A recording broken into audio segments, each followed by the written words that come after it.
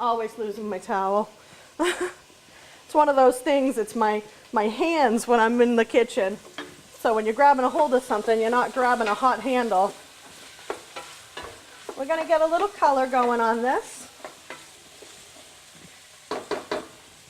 And then in with our peppers. Whoops. Seems like a lot, but let me tell you, you like a good hearty chili. We want it to be nice and full of vegetables and flavor. Again, because there's no meat in it. The lentils are a nice protein to be able to put into this. There we go. Well, we let those get going. I'm going to go ahead and go to the pantry and grab our lentils. So before we add the lentils, we got them all ready to go. We're going to put our seasoning in. Again, salt and pepper goes into everything. We need to make sure that we base our flavor. Good amount of salt. It's going to also extract the moisture from the vegetables to help them cook a little bit faster. And some black pepper. I like kosher salt instead of like a table salt. Kosher salt or sea salt, something like that, that's got a little more flavor to it and a little more substance. We're going to use some chili powder. You're looking for some nice color on your chili powder.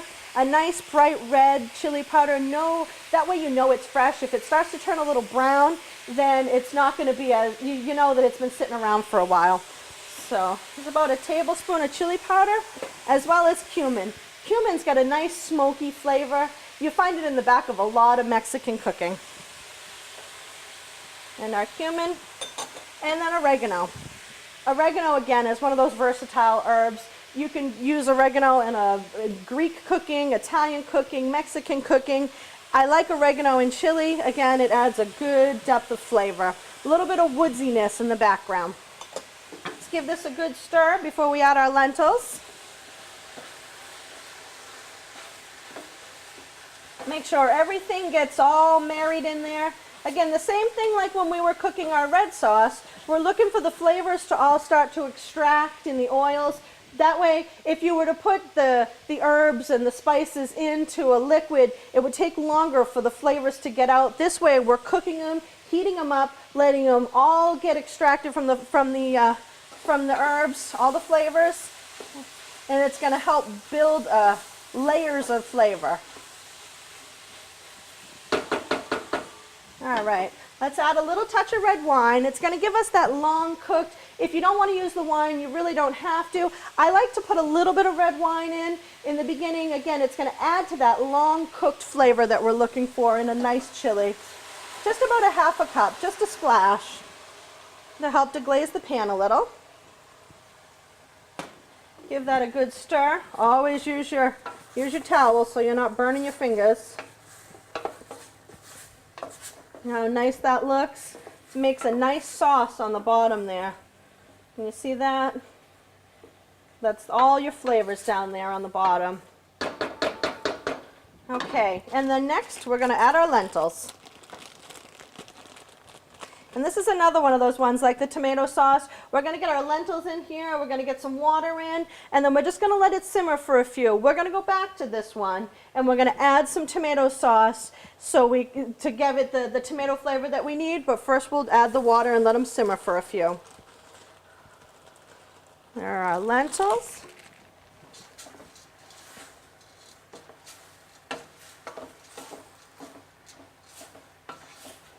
And we used a whole pound of lentils, so we're going to need about 4 cups of water for that.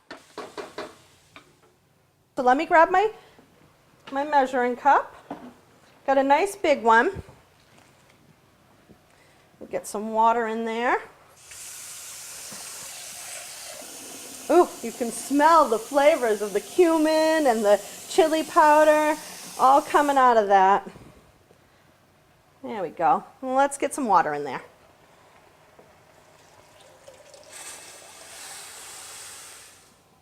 Well, there we go. And believe it or not, we're done with this for now. Again, we're going to let the lentils cook a little bit. We'll keep an eye on it. Keep it stirring, just like we're working on the Nona sauce. We're going to keep that stirring as well. And then we'll go back and we'll put some tomato sauce into the chili, and then we'll be ready for lunch. Now that our lentils have been cooking for a while, you can see they've got a nice rolling boil going on. We're going to go ahead and add the cilantro and the tomato sauce to this.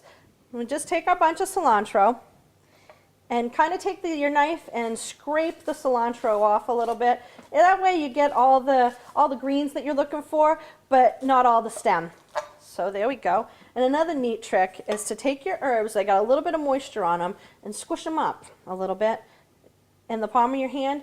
Then they'll hold together better and it'll be easier to chop through them. So the cilantro, we just want a nice rough chop on. Cilantro is going to add some real bright flavor. I think it's got a little bit of a lemony thing going on to it. Just brightens everything up the way that a lot of fresh herbs do in dishes. So there we go. That's good.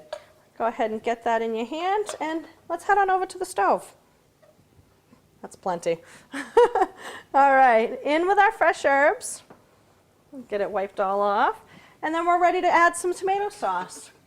Again, Italian tomato sauce in Mexican chili. See how you'll be able to go to the freezer at the beginning of the day, grab a container of sauce because you've made your sauce at the beginning of the month and it's just sitting in your freezer. Grab a container of sauce, and in 20-30 minutes you have a nice pot of chili when you get home from work at night. So there we go. There's a good amount of tomato sauce in there. The fresh herbs give it a nice stir. The lentils are getting nice and puffed up. They've sucked up all that water, and now we're just left with nice broth that smells so delicious. And that's it. Our chili is ready. Now doesn't that look like a nice dinner you'd like to feed your family? All kinds of vegetables, some good protein from the lentils, and it smells fantastic. And now the next sauce we're going to move on to is puttanesca. Puttanesca is everything out of the pantry with the exception of your olives, which we've gone ahead and gone to our favorite local Italian deli and got some olives. I'm going to go ahead and go to the fridge and grab the olives. We're going to, olives. We're going to use Kalamatas today. They're a real popular olive, and if you go to the market, or actually they sell them in all your local markets as well, they'll sell them to you by the pints or the half pints or however much you're going to need. With olives, you always want to make sure that you leave them in the liquid so they don't dry out. So we've gone ahead and grabbed a few. Let me clean off my board a little bit here. Do a little clean up. Get the cilantro off because cilantro is not an herb you're going to put in your puttanesca. And then we're going to head back to the pantry, which we're going to take out some capers and some anchovies. Everyone's afraid of anchovies. I'm going to show you today how to take anchovies and turn them into this nice, rich, nutty flavor in conjunction with some garlic and some red onion. I do need to grab another pan, and then we can go ahead and get started. And load everything in right here so I can show you what the anchovies are all about. You just get a nice little can of anchovies. And you're not going to need a whole bunch of them, just a few. Again, they're going to add some nice nuttiness to the base of our sauce. Use a little teaspoon here. Use a little bit of the oil from the anchovies. You see there's a nice big anchovy fillets. Probably going to use 3 or 4. Let's go 4. People seem to be so afraid of anchovies, but again, we're going to show you how to make them nice and nutty and more a background flavor than a prominent anchovy flavor. Into this pan, we're also going to add a little red onion. And we're going to add our capers. Capers are a berry. It's one of those things, not a lot of people use capers. They've got a nice salty flavor to them, and they're a little bit, I don't want to say mushy, but they are a little bit mushy in your mouth when you eat them, but they're nice salty. We're going to drain the juice off them. And we'll go ahead and use this whole little jar of capers in there. Come on, little guys. There we go. And then our olives.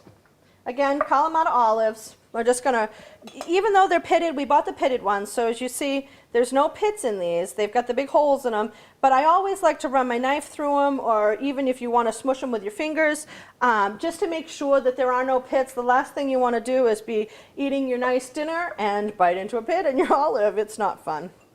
So let's go ahead and run our knives through this. The flavors in this sauce are very, very strong. We're actually going to use, you would think being a red sauce with all these strong flavors that you would use a red wine in this sauce, but we're actually going to go ahead and use some white wine in this sauce. I think it just mellows everything out a little bit. There we go. Good rough chop. That way, again, we know there's no pits in these olives, and they'll be all set to eat when the sauce is ready. Okay. I guess we're going to take and go to the other side of the stove. Our pan. And come on right over. Get our burner on.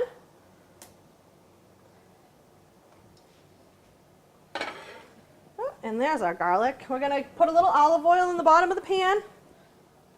And the same as always, a little bit of salt and pepper. And it wouldn't be me cooking if there wasn't some garlic in here.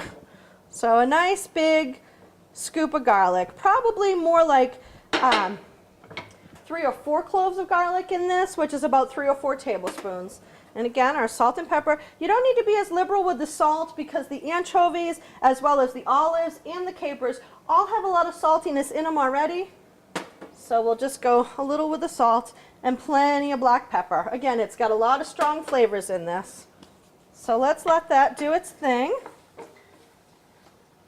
Now, if the anchovies down on the bottom, we're going to want to kind of keep an eye on them. We want to mush them up a little bit and break them down. That way they'll get nice and nutty. They'll produce a different kind of flavor than, again, we would think with an anchovy. Most of the time people eat anchovies and they think they're really fishy.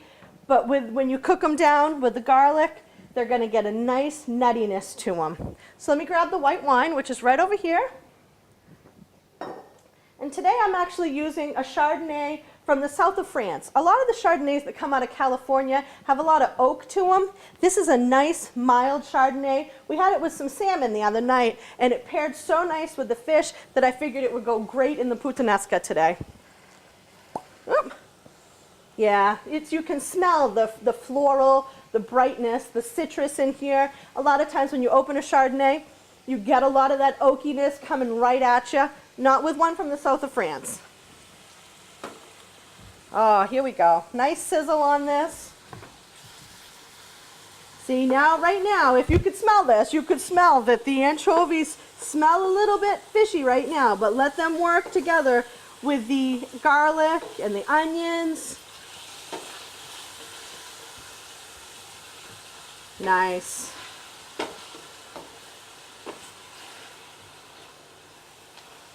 This is a great dish. Oh, my pasta water is going strong back there. We can probably drop some pasta pretty soon too. This is a nice sauce to be able, you can do things with the puttanesca like add some shrimp to it, add some calamari to it, anything you'd like with a puttanesca, just seafood wise, will go very, very well. All right, that is going strong. Oops, that's a little hot. Let me go ahead and add some pasta to the pasta water so we'll be able to eat when everything comes together. I'm going to go ahead and drop some rigatonis today. Rigatonis, I like rigatonis because I like a noodle with some substance. Rigatonis are a little bit bigger than ziti's, but they've got about the same shape as a ziti does. Drop our pasta in, and we'll add a nice pinch of salt to that as well. There we go. Some nice salt into your water, because this is the only time that you're going to get to flavor your pasta. Otherwise, you can't season it once it comes out of the water. All right, now that this is sizzling again, let's run the wine over the top here and deglaze our pan. This is going to pick up any little bits that would stick to the bottom,